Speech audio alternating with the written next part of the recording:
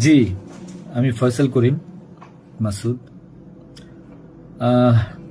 বিগত 12ই ডিসেম্বর ওসমান হাদির নামে যে ব্যক্তির হত্যা মামলার আসামি আমাকে করা হয়েছে। আসলে আমি এই মামলার সাথে, এই ওসমান হাদির যে হত্যা, এই হত্যার সাথে আমি কোনোভাবে প্রত্যক্ষ বা পরোক্ষভাবে জড়িত না। এটা পুরোটাই একটা মিথ্যা বানোয়াট একটা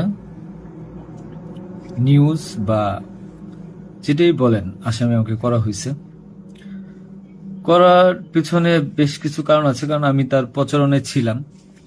আমি তার অফিস বলেন, আড্ডাখানা বলেন, যেটাই বলেন আমি সেখানে ছিলাম। সেখানে থাকার পিছনে মূল কারণটা হলো, আপনারা জানেন যে আমি অ্যাপেল সফট আইটি নামে একটা প্রতিষ্ঠানের মালিক। বিগত 10-12 বছর ধরে এই প্রতিষ্ঠান আমি চালাচ্ছি। এই প্রতিষ্ঠান থেকে আমি প্রায় 20-30 কোটি টাকার কাজ করেছি উইদাউট তদবির, সুপারিশ ছাড়াই। কারণ আমি ব্যাটল অফ 71-এর প্রতিষ্ঠাতা। ব্যাটল অফ 71-এর মতো একটি গেম বানিয়ে আমি বাংলাদেশে জাতীয় পুরস্কারও পেয়েছি। আমি সফটওয়্যার ইঞ্জিনিয়ার, আমি এমবিএও করেছি। এখন কথা হচ্ছে সেটা না, কথা হচ্ছে যে আমি সেখানে কেন গেলাম।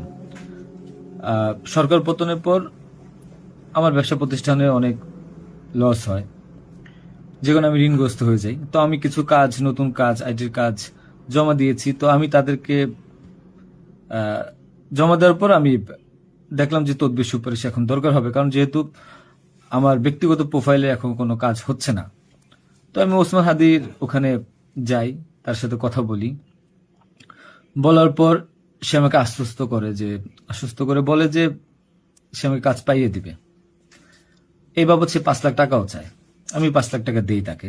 নগদ চেয়েছিল, আমি নগদই দিয়ে দিয়েছি। দেওয়ার পর সে আমাকে বললো, ভাই আপনি অ্যাজ এ ডোনার হিসেবে আপনি আমার যেই প্রোগ্রামগুলো হয় নির্বাচনী প্রচারণা, একটা অফিস দিয়েন, বা প্রচারণের মাঝে মধ্যে একটু ছেলে পেলেরে হাদিয়ে দিয়েন। তো সে হাদিয়েই বলে আসলে বেসিক্যালি। তো আমি এরপরে শুক্রবার আমাকে আসতে বলে, আমি প্রথম শুক্রবার তার সাথে যাই, প্রচারণা করি। সেই সুবাদে আমি আমার 2টা ছোট ভাই নিয়ে গিয়েছিলাম, যারা এলাকার লোকাল। তো এখন তাদেরকে হয়তো আসামি করা হচ্ছে, আমি জানি না। তারা কিছুই জানে না, যেমন আমি জানি না, তারাও জানে না। তো তারপর তাকে আমি 5,000 টাকা দিই। তার সাথে যে ছেলেটা আছে জাবের, তাকে জিজ্ঞাসা করলে জানতে পারবেন, সবার সামনে আমি দিয়েছি, এবং হাদিয়া হিসেবে সে খুব হাসি মুখে এটা গ্রহণ করেছিল। তারপর ওই দিনের খাওয়া দাওয়া শেষ, প্রোগ্রাম শেষ, আমরা চলে আসি। এরপর আমি আমার ব্যক্তিগত কাজে, নানা কাজে ব্যস্ত ছিলাম। হাদি একদিন ফোন দিয়ে আমাকে বলে, ভাই 16ই ডিসেম্বর আসছে, আপনার সাথে কিছু কথা আছে, আপনি আসেন। তার হোয়াটসঅ্যাপ মেসেজটা চেক করে দেখলে জানতে পারবেন। আমি কিন্তু তার নেক্সট শুক্রবার দিন, মানে আমি বৃহস্পতিবার দিন আমি কিন্তু যাইনি। সে আমাকে ফোন দিয়ে নিয়েছিল যে আপনি আসেন, এসে আপনি দেখেন যে আপনার সাথে কিছু কথা আছে, আপনার কাজটার বিষয়ে কিছু কিছু কথা আছে, আর আমাদের 16ই ডিসেম্বর প্রোগ্রামে আপনি একটু হেল্প লাগবে। তো আমি যাই। সাথে আমার বেসিক্যালি আমি বাইক চালাইতে পারি না, সেজন্য আমার যে বাইক, সেই বাইকের একজন চালক ছিল, ওটা আমার খুব ক্লোজ ছোট ভাই, আমার খুব স্নেহের, আলমগীর। এবং তাকে নিয়ে যাই সাথে করে। যাওয়ার পরে তার সাথে আমি, পতাকা হবে 35 ইঞ্চি, 40 ইঞ্চি, 18 ইঞ্চি, এগুলো জাবেরকে জিজ্ঞাসা করলে পাবেন, তার সাথে লোক, তাদের সবাই যারা ছিল ওই সিসি ক্যামেরা যাদেরকে যাচ্ছেন সবাইকে জিজ্ঞাসা করতে পারেন। এবং তাকে 250 গেঞ্জি বানিয়ে দিতে হবে, এই জন্য কত টাকা লাগবে ডিটেল। এবং ঘটনার দিন আমাকে সে রিকোয়েস্ট করে, আজকে যারা এই যে আপনারা দেখছেন হাজার হাজার লোক, শত শত লোক, হাদির তো এত লোক ছিল না, কারণ সে আমাকে নিজেই রিকোয়েস্ট করেছিল যে ভাইয়া আপনি আমাকে 5-10টা পোলাপাইন দিয়েন, আর 16ই ডিসেম্বরে 50টা ছেলে পেলে দিয়েন, যেন আমার পতাকাটা ধরতে পারে, আমার প্রোগ্রামটা সাকসেস করে দিতে পারে।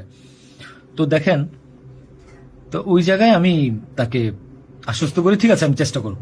তো পরের দিন আমি যাই। পরের দিন আর মাঝখানে একটা কথা বলি, আমার এর পরের দিনই দুবাই যাওয়ার কথা ছিল, যেহেতু আমার দুবাইয়ের মাল্টিপল গোল্ডেন ভিসা আছে।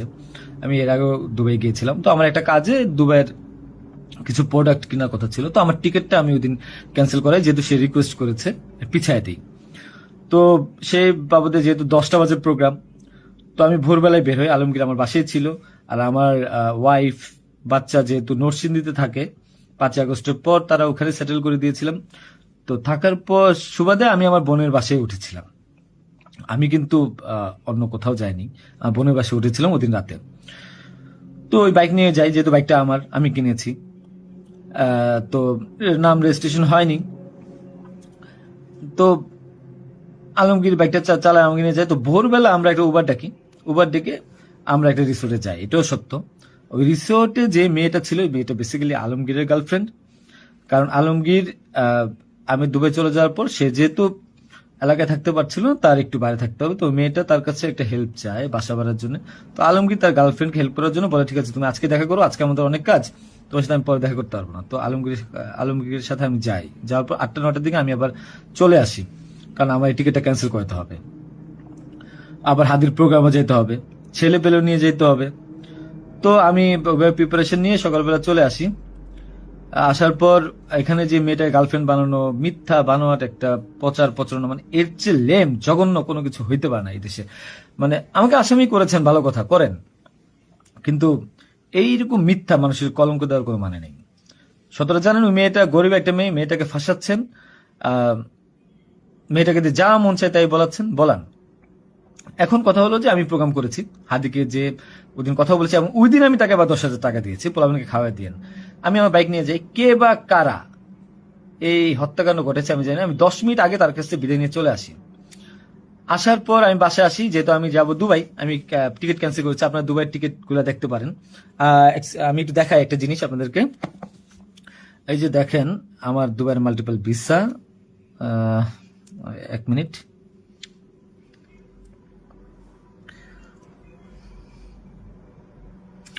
এই যে দেখেন আমার দুবাইয়ের মাল্টিপল ভিসা। হ্যাঁ, ওকে, আমি এখান থেকে ক্যামেরা যেহেতু দেখা যায় না, আমি এখান থেকে দেখাই। এই যে দুবাইয়ের মাল্টিপল ভিসা আমার স্পষ্ট আছে, দেখেন। ঠিক আছে, দেখেন। আরো ভালোভাবে যদি দেখাইতে চাই তাহলে দেখতে পারবেন কিনা আমি জানি না, একটু ভালোভাবে দেখেন। যাই হোক, এটা আমার দুবাইয়ের ভিসা। তো এরপর আমি এই যে আমার দুবাইয়ের ভিসা, আমার ওদিন টিকিট ক্যান্সেল করি এবং আমি যাবো আমার কাছে বিদায় নিবই স্বাভাবিক। আমার ভাগিনা একটা আছে 5 বছর বয়স, সে আমার মোবাইলটা ফেলে দেয়। মোবাইলটা ফেলে দেওয়ার কারণে যেটা হয়েছে যে আমার এই মোবাইলটা নেওয়ার জন্য আমার 2 ভাগিনা খুব দৌড়ঝাঁপ করে মোবাইলটা নিয়ে আসে। আমার কাঁধে ব্যাগ ছিল, এখন ব্যাগকে অস্ত্রের ব্যাগ বানিয়ে দিচ্ছে, কিচ্ছু করার নেই আমার, যা বলবে তাই সত্য। আর আমার বাইকের নাম্বার প্লেট চেঞ্জ করে নাম্বার ম্যানহোল থেকে উদ্ধার করা, আমার বাবার 2বার ব্রেন স্ট্রোক করছে, তাকে দিয়ে উদ্ধার করানো, এটা কোন নাটক আমি জানি না।